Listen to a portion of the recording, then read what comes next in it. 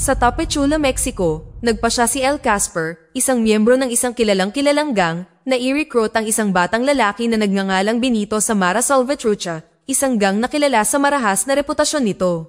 Dinala ni Casper si Benito upang ipakilala sa pinuno ng gang, si Lil Mago, na sinubukan ang kakayahan ni Benito sa pamamagitan ng pagpilit sa kanya na labanan ng iba pang miyembro ng gang. Matapos makitang si Benito ay hindi umaatras sa laban, humanga si Mago at binigyan si Benito ng pangalan ng gang na Smiley. Samantala, sa Honduras, isang teenager na babae na nagngangalang Syra ang binisita ng kanyang ama, si Horacio, na nag-imbita sa kanya na sumama sa kanya sa New Jersey. Sa kabila ng kanilang nakaraan, si Syra ay sumang-ayon sa alok, umaasa para sa isang bagong simula. Balik tayo sa Mexico, si El Casper ay nasa isang relasyon sa isang babaeng nagngangalang Martha, naganap na walang kamalayan na ang kanyang kasintahan ay bahagi ng delikadong gang. Patuloy na tinatanong ni Martha si Casper tungkol sa kanyang kakaibang pag-uugali, ngunit tumanggi siyang sabihin sa kanya ang anuman, determinadong protektahan siya mula sa mapanganib na mundong kinasasangkutan niya. Patuloy siyang pinupuntahan ni Casper ng palihim, na itinatago ang kanilang relasyon. Binigyan din niya ng mahigpit na utos si Smiley na panatilihing sikreto ang kanilang koneksyon, na ayaw niyang madamay ang sinuman sa kanyang kriminal na buhay.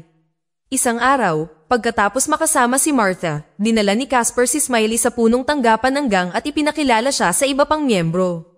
Si Mago, na naghihinala sa pag-uugali ni Casper, ay nagtanong tungkol sa kanyang kamakailang pagliban, ngunit hindi siya binigyan ni Casper ng anumang kasya siyang sagot.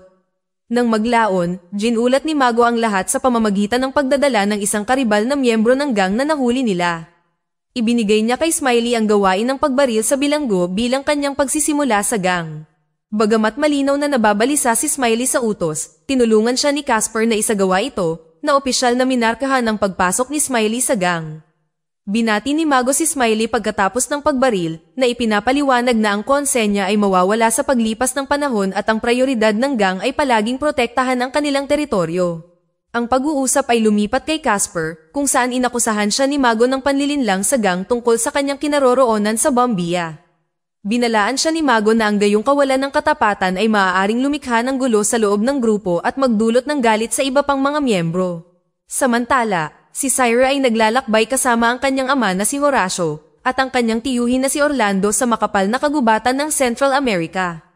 Habang naglalakbay sila, nagbahagi si Horacio ng numero ng telepono kay Syra na nagsasabi sa kanya na makipag-ugnayan sa kanyang pamilya sakaling magkaroon ng anumang problema sa kanilang paglalakbay. Ipinagpatuloy ng tatlo ang kanilang paglalakbay, tumawid sa Guatemala at sa wakas ay nakarating sa Mexico, kung saan plano nilang sumakay ng tren patungo sa United States. Sa paglalakbay, ipinakita ni Horacio kay Syra ang larawan ng kanyang pangalawang asawa, si Yenya, at kanilang tatlong anak na babae, na humihiling kay Syra na kilalanin sila bilang pamilya. Ngunit si Syra, na nasasaktan pa rin sa nakaraang pag-abandona sa kanila ng kanyang ama, ay tinanggihan ng ideya na makipag-ugnayan sa kanila. Samantala, sina Casper at Martha ay may isa pang mainit na pagtatalo tungkol sa kanyang lihim. Dismayado si Martha na patuloy na itinatago ni Casper ang tunay niyang pagkatao sa kanya. Ngunit bago nila malutas ang kanilang pagtatalo, dumating si Mago at agad na tinanong si Casper tungkol kay Martha. Ipinakilala ni Casper si Martha bilang isang kaibigan lamang, ngunit si Martha ay galit na galit sa kanya dahil sa pagsisinungaling. Tumakbo siya habang nakasunod sa kanya si Casper sa pagtatangkang ayusin ang mga bagay-bagay. Nang maglaon, habang sumasakay si Syra at ang kanyang pamilya sa tren kasama ang iba pang mga imigrante, sinabi sa kanila na magkakaroon ng pagkaantala dahil sa pagkasira ng riles sa daraanan nilang riles.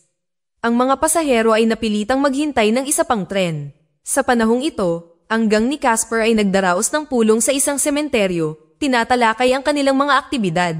Hinarap ni Mago si Casper tungkol sa kanyang pagsisinungaling at pag-iwas sa mga responsibilidad, kabilang ang tungkol kay Martha. Sa pagtatapos ng pulong, napansin ni Casper si Martha na naghihintay sa kanya at nagmamadaling lumapit sa kanya upang kausapin siya. Pinagalitan niya siya sa pagpapakita ng hindi nagsasabi, sa takot na baka mapadpad siya sa maling grupo. Pagkatapos ay tinanong ni Casper si Mago kung maaari siyang umalis kasama si Martha. Ngunit tinanggihan ni Mago ang kanyang kahilingan, sa halip ay nag-alok na isama si Martha. Nag-aatubili na pinapanood ni Casper ang pag-alis ni Mago kasama niya, nararamdaman ang bigat ng mga kahihinatnan na kakaharapin niya sa panlilinlang sa gang. Di nagtagal, binugbog ng mga miyembro ng gang si Casper bilang parusa. Nang maglaon, si Mago, habang ginagabayan si Martha, ay nagsimulang pagsamasamahin ang katotohanan tungkol sa kanyang koneksyon kay Casper. Napagtanto na siya ang dahilan ng madalas na pagliban ni Casper, tinangka ni Mago na hamakin siya. Sa kanyang pagpupumiglas, aksidenteng napatay siya ni Mago. Nang bumalik si Casper, casual na ipinaalam ni Mago sa kanya ang tungkol sa kanyang pagkamatay, ibinasura ito na parang isa lamang itong maliit na issue, at sinabihan siyang magpatuloy at maghanap ng ibang babae sa lalong madaling panahon. Pagkatapos ay nagabot si Mago ng baril kay Smiley, na sinasabi sa kanya at kay Casper na maghanda sila para sa paparating na misyon. Nang bumalik na sa normal ang riles ng tren, sumakay sina Syra, Horacio, at Orlando kasama ang iba pang mga pasahero. Habang nasa biyahe at huminto ang tren dahil sa malakas na ulan, sinimulan ng gang ni Casper na hold upin ang iba pang manlalakbay. Nakita ni Mago si Syra sa kanila at sinubukan siyang hamakin, na nagpapaalala kay Casper kay Martha.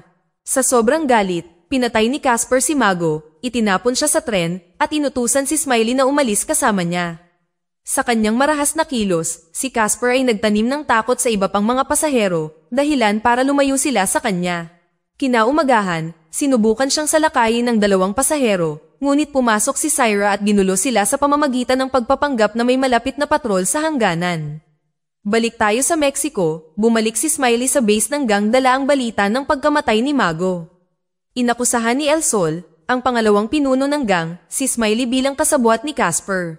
Nagbanta siyang papatalsikin siya mula sa kapitbahayan at hiniling na hanapin si Casper. Si Smiley, gayunpaman, ay humiling ng pahintulot na habulin si Casper, at si El Sol ay atubiling sumang-ayon, at binigyan siya ng baril. Inutusan niya si Smiley na patayin si Casper upang patunayan ang kanyang katapatan, nagbabala sa malalang kahihinatnan kung muli siyang papanig kay Casper. Nagpahayag din si El Sol ng pagdududa sa kakayahan ni Smiley na isagawa ang gawain, na nagmumungkahi na maaaring kailanganin nila ng tulong mula sa mga pinuno ng gang sa Los Angeles.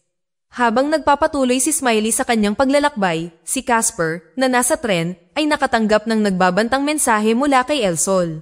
Si Casper, na hindi sigurado sa kanyang susunod na galaw, ay nilapitan ni Syra, at nagalok sa kanya ng pagkain at sinubukan siyang kausapin. Nag-aalinlangan siyang tinanggap ito, na isiniwalat ang kanyang tunay na pangalan, Willie. Pagkatapos magpalipas ng isa pang gabi sa tren, sa wakas ay dumating sila sa Veracruz, kung saan nagpasya si Casper na itapon ang kanyang telepono, na pagtanto na maaari itong magamit upang subaybayan ang kanyang mga paggalaw. Bago makapagtanong si Syra tungkol sa susunod niyang destinasyon, pinagalitan siya ng kanyang ama dahil sa pakikipag-usap sa isang mamamatay tao.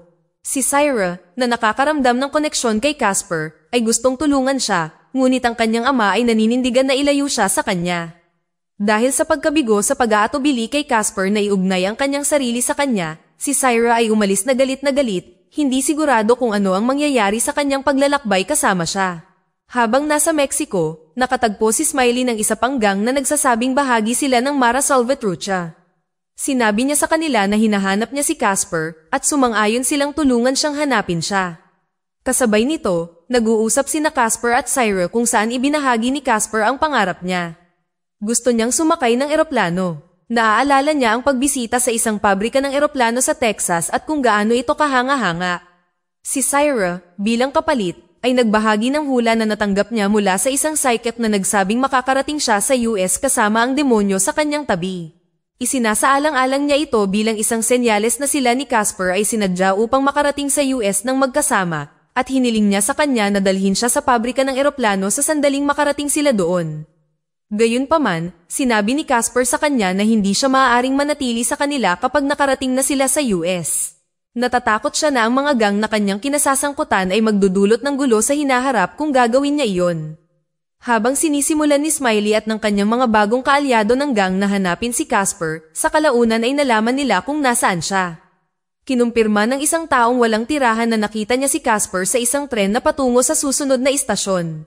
Si Casper, na nakakaalam kung paano gumagana ang border patrol mula sa kanyang panahon sa pagpupuslit ng mga tao, ay nagpayo sa lahat na bumaba sa tren at tumakbo sa paligid hanggang sa ipagpatuloy ang paglalakbay nito. Gumana ang kanyang plano, na nagpahintulot sa kanila na maiwasan ang mahuli, ngunit habang sila ay nagpapatuloy, napansin ni Casper ang isang grupo ng mga miyembro ng gang na naghahanap sa kanya, ngunit nagawa niyang magtago at makawala. Matapos makabalik sa tren, nakipag-ugnayan si Casper sa pamilya ni Syra, ngunit nagpa siya siyang bumaba sa tren habang natutulog pa sila. Habang iniisip niya kung ano ang kanyang susunod na gagawin, napagtanto niyang bumaba si Syra sa tren at sinusundan siya. Sinubukan niyang kumbinsihin itong bumalik sa tren, ngunit nakaalis na ito. Nagsimula siyang mag-alala tungkol sa kaligtasan nito. Alam niyang baka sundan siya ng mga gang ngayong kasama niya ito, at pakiramdam niya ay hindi siya nito mapoprotektahan. Nang walang ibang opsyon, pumayag siyang sumama sa kanya at nagpas siyang humingi ng tulong sa isang lokal na kaibigan sa pagtawid sa hangganan. Pumayag ang kanyang kaibigan na tulungan sila pansamantala at niyaya silang magtanghalian. Matapos hilingin kay Syra na maligo, nagtanong ang kaibigan ni Casper tungkol sa kanya at ipinaliwanag ni Casper na sinusubukan niyang tulungan itong tumawid sa hangganan upang muling makasama ang kanyang pamilya. Ang kanyang kaibigan, gayunpaman, ay hindi masyadong nagtitiwala at binanggit na si El Sol, isang mapanganib na miyembro ng gang, ay nagtanong tungkol kay Casper. Inaasahan niya na magkakaroon ng mas maraming tumutugis mula sa gang sa lalong madaling panahon. Bagamat nagtitiwala si Casper kay Syra na hindi siya ipagkakanulo, iginiit ng babae na susundin niya ang kanyang sariling mga instinct. Balik tayo sa istasyon ng tren, natuklasan ng pamilya ni Syra na wala na siya at iminungkahi ni Orlando na hintayin nila siya. Gayunpaman, nagpa siya si Horacio, ang ama ni Cyrus, na dapat silang magpatuloy dahil hindi sila sigurado kung nasaan siya. Itinago sila ng kaibigan ni Casper sa kanyang sasakyan at itinulak sila malapit sa hangganan para makasakay sila sa isa pang sasakyan upang ipagpatuloy ang kanilang paglalakbay. Gayunpaman, lihim na ipinaalam ng kaibigan ni Casper kay El Sol ang kanilang lokasyon. Habang nasa kotse, inaalala ni Casper ang kanyang nakaraan, pinapanood ang mga lumang video ni Martha at iniisip ang tungkol sa mga panganib na kinasangkutan niya. Tinanong din niya si Syra tungkol sa kanyang pangamba sa sitwasyong ito at sinabi nito sa kanya na naniniwala siyang mapoprotektahan siya nito. Bilang tugon, ipinakita niya sa kanya ang kanyang mga peklat mula sa lahat ng mga mapanganib na bagay na ginawa niya para kay Mago, ang pinuno ng kanyang gang. Sinabi niya kay Syra na walang pakialam si Mago sa kanya at kinuha pa ang buhay ni Martha. Pakiramdam ni Casper ay parang magulo ang buhay niya at ayaw niyang madala si Syra dito. Nagawa ni na Casper at Syra na makaiwas sa checkpoint sa hangganan sa pamamagitan ng pagtatago sa kotse, ngunit sa pagbaba nila, muntik na silang mahuli ni El Sol at ng kanyang mga barkada kung saan nagsumbong ang kaibigan ni Casper. Samantala, sinalakay ng mga pulis sa hangganan ng tren at sa kaguluhan, nahulog si Horacio sa tren at namatay. Si Orlando naman ay nahuli at na-deport. Sina Casper at Syra, gayunpaman, ay nakarating sa isang kampo ng mga imigrante kung saan nakita ni Syra ang isang kapwa pasahero mula sa tren. Nalaman niya na ang kanyang ama ay pumanaw na at ang balita ay nagpahamak sa kanya. Naghahanap ng aliw, pumunta siya sa isang kapilya upang magluksa at dumating doon si Casper upang aliwin siya sa mahirap na panahong ito. Sa pag-alis nila sa kampo, hinimok ni Casper si Syra na hanapin ang kanyang pamilya sa New Jersey, lalo na dahil kailangan niyang alagaan ang kanyang mga nakababatang kapatid na babae na walang ama. Sumang-ayon si Syra, ngunit nagpahayag ng pag-aalala para kay Casper na tiniyak sa kanya na mananatili siya sa kanya. Magkasama silang nakarating sa isang ilog na nag-uugnay sa dalawang hangganan at plano nilang tumawid para makarating sa US. Inalok ni Casper ang kanyang kamera sa taong tumulong sa kanila na tumawid bilang kanyang bayad. Iminungkahi niya na mauna si Syra, ngunit habang tumatawid siya, inatake si Casper ni El Sol at ng kanyang barkada. Sa isang dramatikong pangyayari, nakatagpo niya si Smiley, na bumaril sa kanya nang walang pag-aalinlangan. Si Syra, na nasa ilog pa rin, ay nakarinig ng putok ng baril at sumigaw nang makita niya si Casper na pinatay ni Smiley at ng iba pang miyembro ng gang.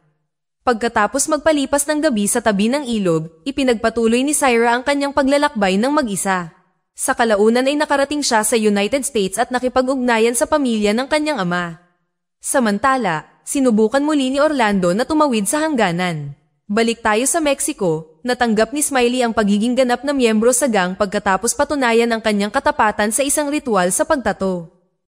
Dito na nagtatapos ang kwento. Sana ay nagustuhan nyo. Mag-subscribe na kung hindi ka pa nakasubscribe. Pindutin na rin ang notification bell at like button upang matulungan ang channel, and leave a comment down below. And as always, thank you for watching.